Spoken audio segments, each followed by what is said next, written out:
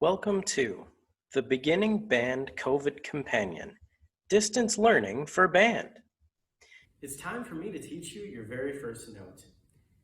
If you haven't noticed, I have my neck strap on, my instrument is fully assembled. So if you haven't done that yet, go ahead and get your instrument all set up now. The first note that I'm going to teach you is called a G. As for your left thumb, it is going to rest on this key below your octave key.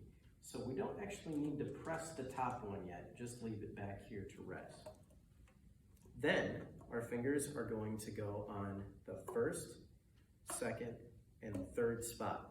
Notice that my fingers skip this baby pearl right here called the bis key. We don't need to press that yet. As for our right hand, my back thumb is just going to be resting on this thumb hook back here, and I don't need to press down any of the pearls at the bottom of the saxophone for G. It should sound like this. Go ahead and try. Now, let's discuss maybe some of the things that might have come out of your instrument if it didn't sound just like mine. One of the first problems that you could have had is it might have been a dead or stuffy tone.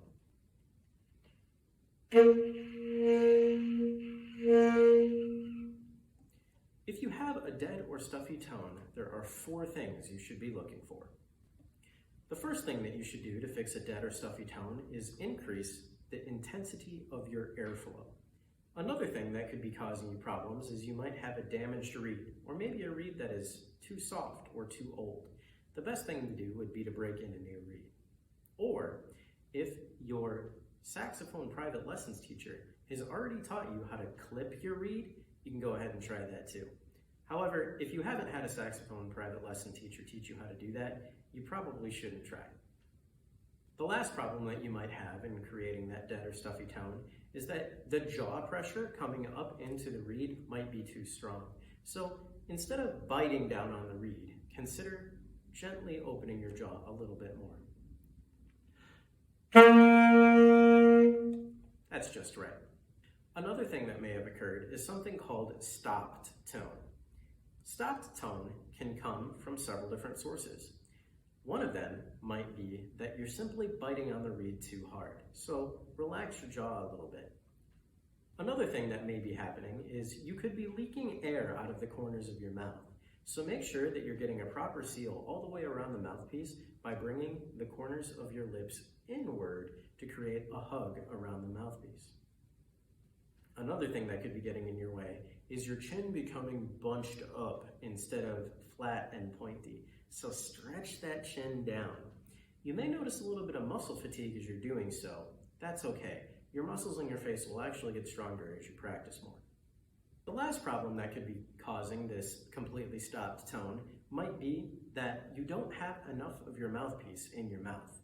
So if you haven't done the paper trick yet, you might check and just put a little bit more mouthpiece in your mouth when you start to play.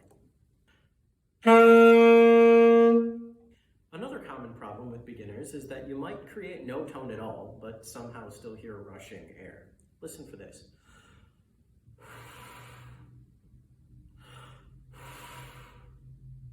If that's happening to you, then there are 3 causes.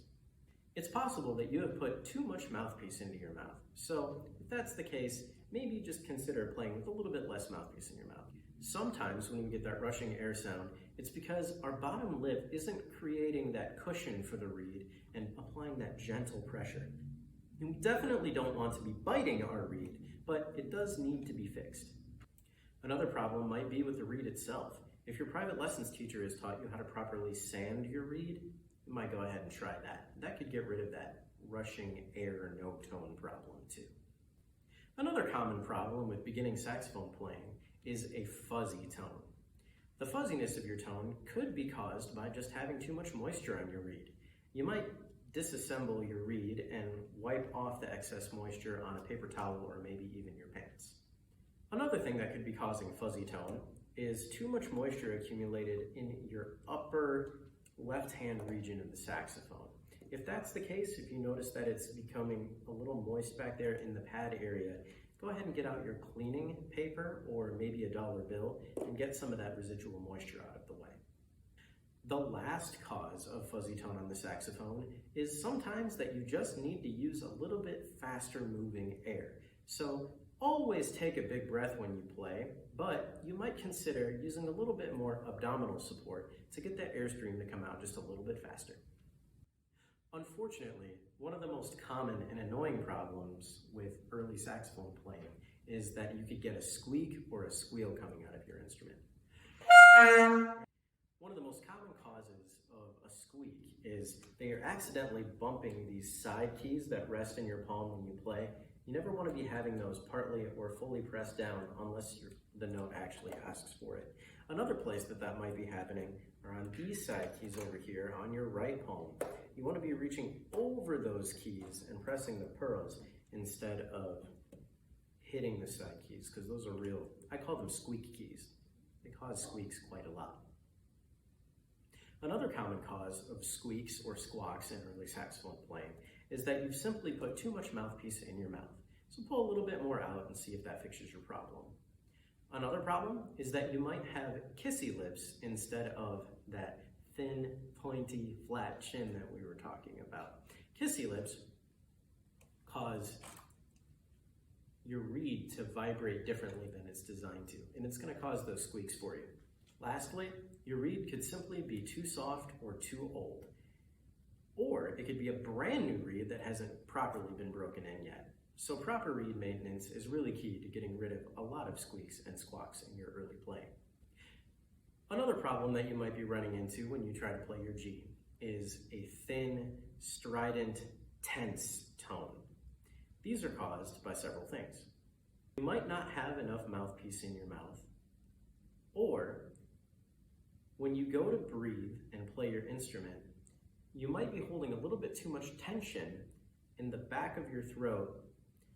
We want to have a nice, open, relaxed feeling behind our tongue. Another cause of that tight, thin, nasty, strident tone could be a reed that is just too hard for you right now. Look at the package on the reeds that you bought. If the number says like 4 or 4.5 or 5, it's probably too hard for you right now. You should be aiming for something closer to about a 2.5 or a 3. When you're first playing, almost all tone problems come from either not taking care of your reed properly or from embouchure formation. Always remember the 4 steps. Keep your bottom lip over your bottom teeth. Your top teeth should go using the paper trick on top of your mouthpiece. The corners of your lips need to be in, creating a seal around the mouthpiece. And lastly, you need to have a flat, pointy chin. Try to play this G several times and try to build up some of the muscles in your face, and especially practice that tonguing we talked about earlier.